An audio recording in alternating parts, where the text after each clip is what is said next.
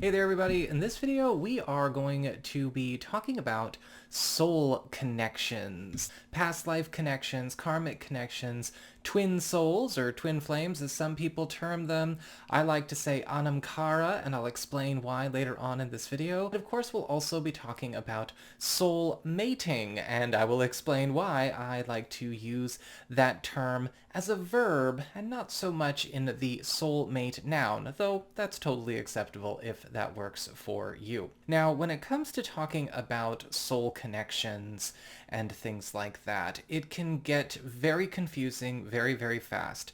This is a topic that has, of course, been around forever, and over the course of the last, 50 to 60 years or so, a lot of interesting melodramas and mythologies have also started to crop up around the discussion as well, and some of it expanding on the more relevant and theosophical and metaphysical discussion, and some of it just being emotional exaggerations and distortions. And so we're going to try to clear all of that up, but also at the same time get a better understanding of what makes all kinds of different soul connections different, and what makes a soul connection, and what is going on with them, and how does that fit into the bigger picture. Now, the place we want to start is with understanding our own soul, our own soul's incarnation process, everything to do with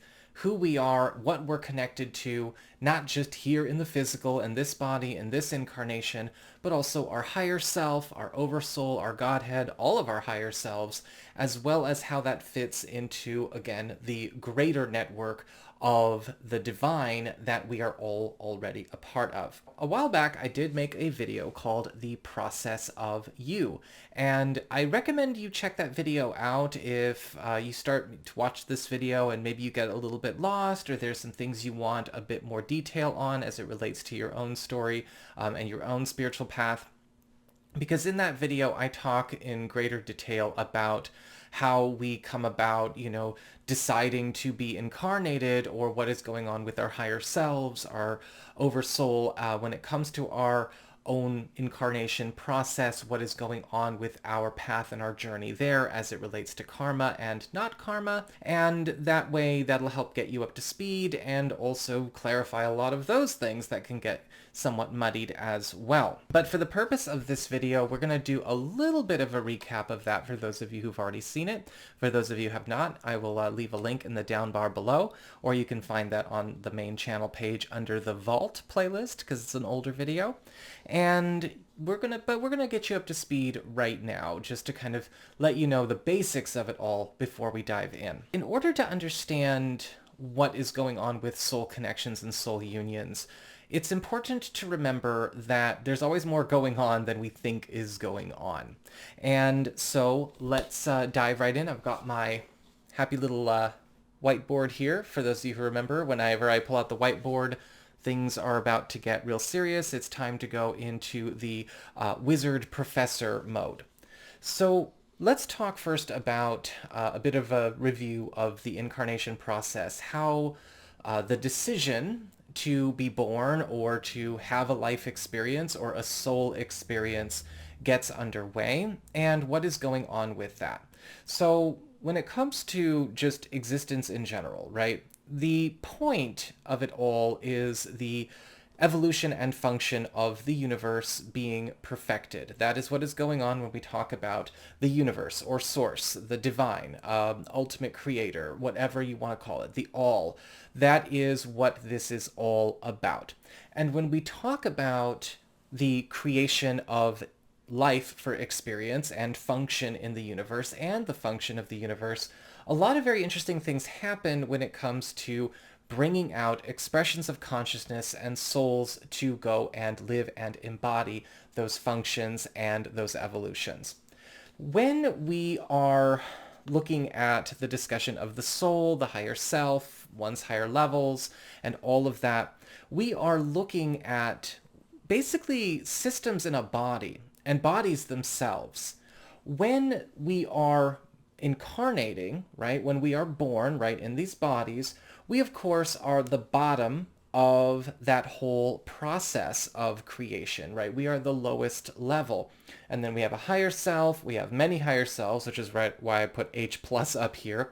We've got our Oversoul, our Godhead, and that all connects back to universal source. Now, going from a top-down perspective, the way that basically gets set up is that when there is a decision or a call or an imperative to create an experience or to perform a different function in the universe, or to govern a different function in the universe, or to be responsible for a system or whatever might be playing out in existence, source, universe itself, however you want to term it, great spirit, it doesn't matter, creates an offshoot of itself, or a fractal of itself, which will then birth more fractals of itself. And so to start, what the universe source does is it creates what is called a Godhead and an Oversoul. They're actually part of the same level of consciousness. The Godhead and the Oversoul, you could look at that as not only the first separation from source, but also the first incarnation of individuated consciousness. And this is where you also see divine consciousness or deity consciousness become embodied and to be expressed and take form, take its own space and start to operate within the universe. And so when we talk about deity consciousness, divine consciousness, we'll come back to that in another video, but that's really what's going on in the Godhead and Oversoul level. Now from there, we end up seeing more fractals come off. This Oversoul, this Godhead, is the unification of many, many, many fractals of soul, right? Higher selves, all the way down to incarnations, and all that comprise that Oversoul, that Godhead connection, make up an entire Oversoul group, or an entire soul collective.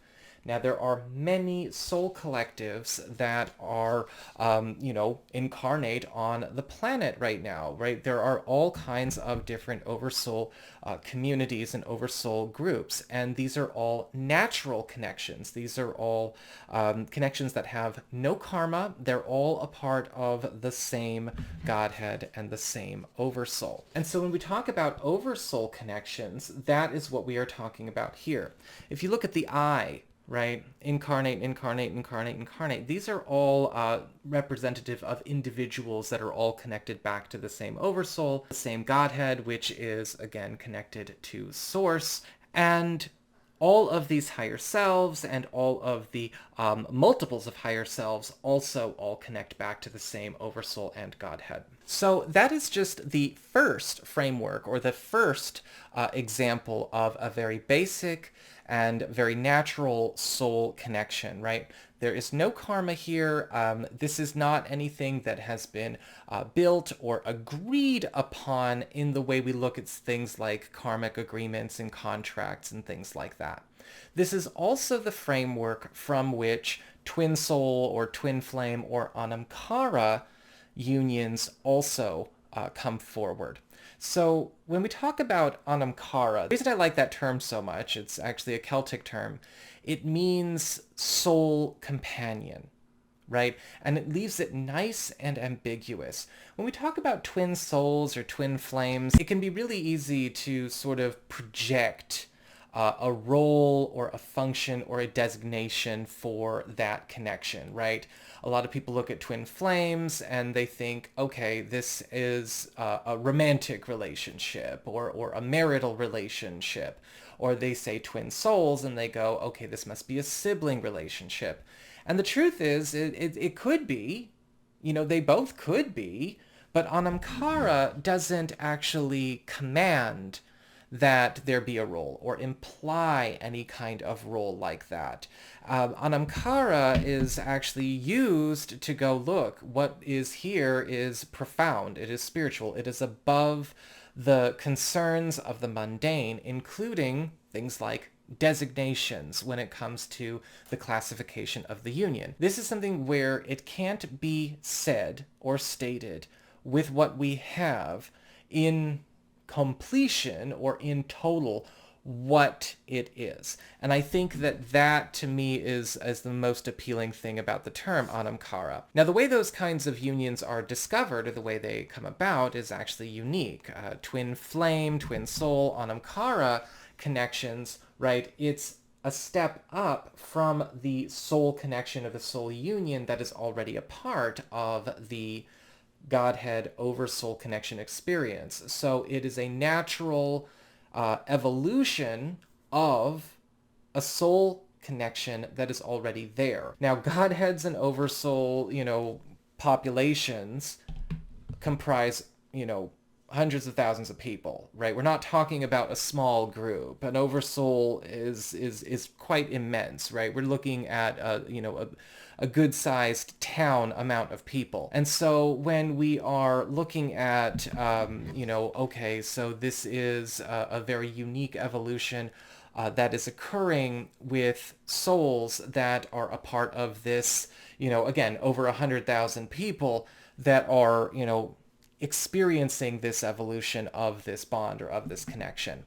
And when you are on the path, you will discover your oversoul connections. You will discover your oversoul unions when you're open to it, when you hit the point where you are so connected and engaged with your higher self and your divine aspects, right? When it comes to your own work as a practitioner, you are further working more deeply in the non-physical and the higher realms and, again, the spirit world. And you are in a space where all of those connections become illuminated. We are getting attracted to each other. We're getting called to each other. Yes, you can call in your soul, your oversoul collective. Absolutely. You can call in people that belong to your oversoul group anytime you want. But even as a natural process, when you are on the path and, the more practice you get, the more evolved you get, the more are going to be naturally drawn to you. When we get to the discussion of Anam Cara and twin souls or twin flames, we go a step up in the sense that, well, guess what? Every single oversoul, right? Even though we only have 4 here, when we're talking, this is just an example. I can't put over 100,000 strands and fractals onto this little whiteboard. Give me a break. There are pairings of archetypes within each soul to, if they are in a given incarnation or it is the right time to embark on an Anam Cara or twin soul or twin flame incarnation or unification. And again, it may not be a certain designation of what type of relationship it is. Again, how it shows up, how it's embodied, how it manifests, of course, is going to vary from situation to situation to situation. And every single situation is somewhat unique in and of itself. That's the point.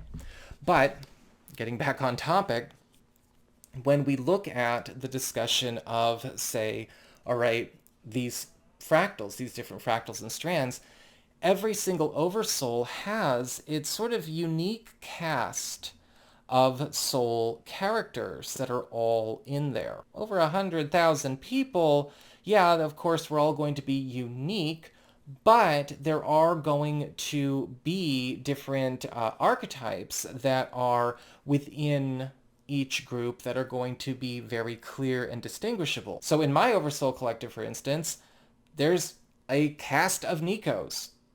A whole cast of Nicos out there. There's a whole cast of different strands of souls going through a different experience. Now, when there is, a point where the oversoul itself and a certain amount of growth has maybe occurred within a given soul or pair of souls, then there is the union opportunity that comes up, right? It's not something that you go out and just sort of activate, right? You don't really need to wake up your Anam Cara or your twin flame or your twin soul because we'll talk about that right now. The way it actually comes together is you're already ready, right? You're ready to come together and just get down to business right away with whatever your business is, whatever is a part of your higher self, your oversoul, your whole higher self spectrum's prerogative and an imperative is for that connection, or however many. We're not just coming together to, to hang out or to, start a business or bang or get married. Like that's not enough. There is something deeper at work going on. And so what happens is that, right, we've got this Oversoul group. Everyone here is already connected, but then the twin or the Anam Cara experience, right, between archetypes that are complementarian start to come together. So let's say these two strands here, right, there is a point, an initiation of, coming from the Godhead level, the Oversoul level, like, all right, guess what? I want all of my, this strand and this strand. I want this to now get closer. I want this to finally do this. I want to see this unify, right? And so what ends up happening is that we see grouping up. And it starts at the higher levels, and it comes all the way down to the incarnate levels. Okay, and so it's like at the Oversoul level, there is this, look, all of the so-and-sos and all of the other so-and-sos of this archetype and this caste and this archetype and this caste, we're going to bring you all together. However, we're going to bring you all together. And some of you are all going, some of you are probably going to become lovers, but some of you are probably going to become neighbors, and some of you are going to become best friends, and some of you are going to be born in the same family, and this is going to play out as a sisterhood or a brotherhood or whatever. Some of you are going to do this. It's all the possibilities are endless. Now, what happens though, what's kind of interesting is that, again, what I said before, there's no need for activation. This is also a period of dramatic spiritual enhancement, right? There's no karma to be cleared between these souls. There isn't a karmic story or narrative that's playing out. This is the Oversoul making a call that is basically telling higher self and higher self spectrum, it's time for you guys to finally unify, just as, we unify all up here. And so they do. It's not about the divine masculine, the divine feminine. It's not about polarity. It's not about male and female. It's not about any of that. In fact, actually, the only time these pairings actually really get going is when, the individuals in question are already over all of that. They're already past all of that.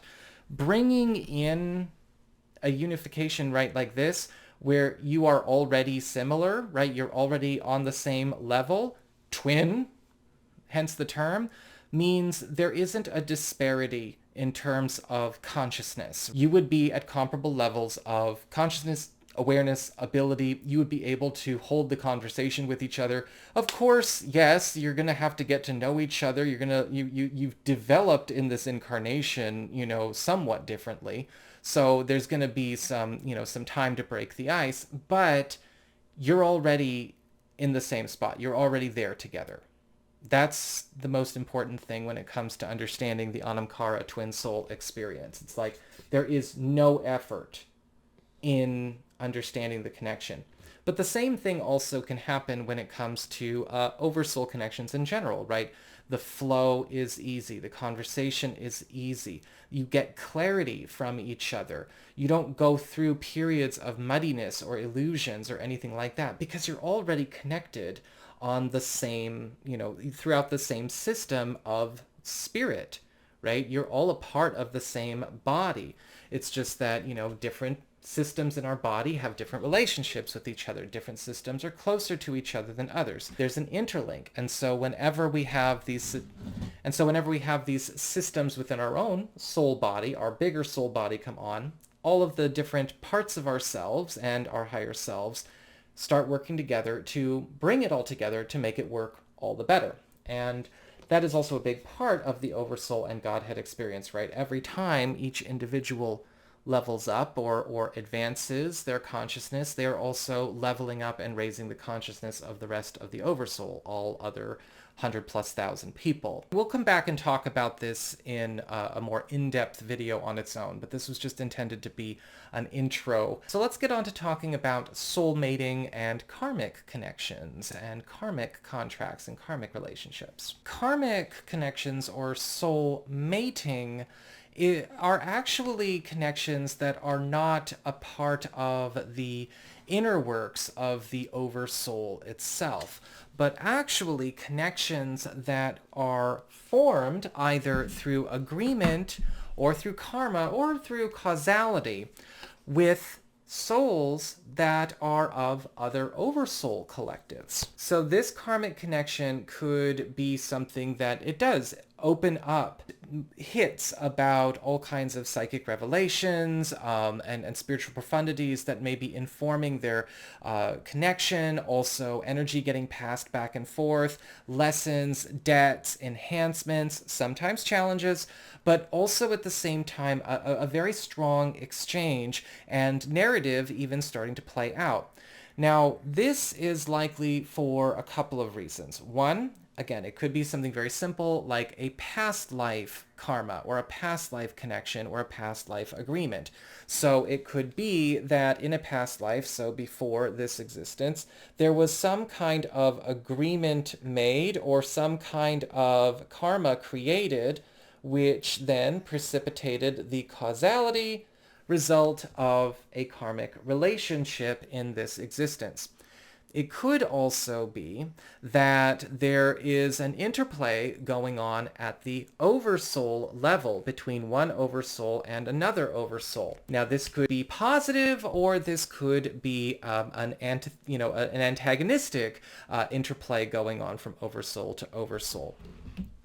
If an Oversoul and another Oversoul are allies, right? And they are very friendly and very supportive of each other. Then soul mating like this, it is a testament, an embodiment of the bond and the alliance and the mutual love and support between these huge, deity level godheads and oversouls playing out in the physical, which is, again, a beautiful example of a very positive, very enlightened, very high-level soul-mating relationship. However, if the relationship between an Oversoul Godhead level and another Oversoul Godhead is hostile or antagonistic, and sometimes that does happen, sometimes you can have entire soul groups at war with each other, then you might see a karmic relationship play out or a karmic connection play out, but again, in a very hostile or warlike way, or perhaps even play out the issues that are going on at the Oversoul level or have gone on at the Oversoul level in the past. It really depends on what is going on. Again, I do not believe that just because the word karma is in there, it is inherently good or inherently bad. Some people have beautiful karmic soul-mated relationships, again, very much like I said before, where it is the embodiment of this union of worlds, and some have other kinds of karmic relationships. Again, that's going to be, of course, on a situation-to-situation basis.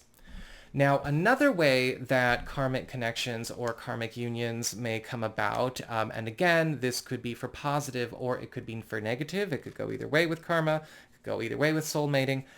It's inherited. It's something that is passed down. Now, this could be through ancestry. It could be through one's own past life records, or it could be something taken on in some kind of agreement in this life or a past life, either by you, the person incarnate, or something that you agreed to that you didn't know you were inheriting a lot of karma on or for. So if it is a past life agreement, then it is something that you can get out of. You don't have to complete it unless it's a lesson or it's a part of a bigger narrative. But even then, it's possible to finally hurry that along to run its course. And that way, if it is a negative karmic or negative soul mating situation, you can swiftly bring it to a close and move on to something more positive. And again, whatever you're moving on to, whether it's a difficult union on a personal level, a platonic level, a business level, a family level, it doesn't matter. And sometimes clearing the karma also improves the connection that was so marred by what was playing out. Maybe those oversoul groups are finally making peace, or they are finally making space, or they are finally calling it quits, or all is good and done. That all depends. But if it was a past life agreement or a past life lesson or a past life debt or something like that, yeah, sometimes that can come up, and then it might actually put you in a situation where some of your experiences are rather designed to constantly find the same oversoul group type of people, and that kind of energy might, again, depending on what's going on there, gravitate you towards repeat experiences, and those could be positive repeating experiences or negative repeating experiences. Another way that you might be taking on karma and you don't even know it is when you agree to take on a legacy or to carry on a legacy. And this is something that I do kind of wonder about, especially nowadays, because, a lot of people like to throw around that word legacy all the time. And it's like, but really, when we're talking about taking on legacies, even when we're just stating it but if we mean it, and if we're stating it and we mean it, like you want to carry on the legacy of your father or your forefathers, you are carrying on the legacy of your family, or you're carrying on the legacy of your mentor, or whenever you agree to carry the legacy of somebody, you are also carrying the karma of their legacy. And so it can be sometimes like you are getting karma coming from outside that is also pushing and steering your story and your movements, right? So, that's another example of a rather potentially negative or destructive form of karmic connections or karmic unions or karmic agreements that could also be playing out. Like, do we have any business with these people? Because when I agreed to take on the legacy for my mentor, my business went to hell. Or when I agreed to take on and carry on the legacy of my grandfather, the family just went to the toilet. What is going on here? Do we have any business with this? What's happening here? But that's just that's more for another video. Okay, so we'll come back to that.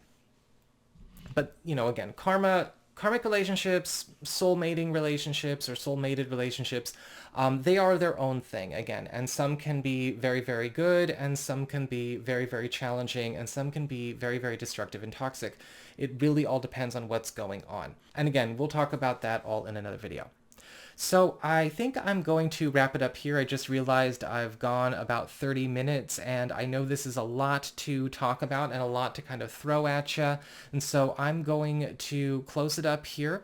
Let me know your questions and your thoughts in the down bar below, especially if you would like to maybe have something I've already talked about in this video or the process of view video, which I do recommend checking out as well in the down bar below. If there's something you'd like me to expand upon, or if there is maybe a unique experience that you would like me to give some thoughts on, I would love to be able to maybe even talk about that make a video response to that. Just let me know in the down bar below. But y'all, I'm going to take off now. You take care. Thank you so much for dropping by. Don't forget to like, share, and subscribe, and I will see you all again soon.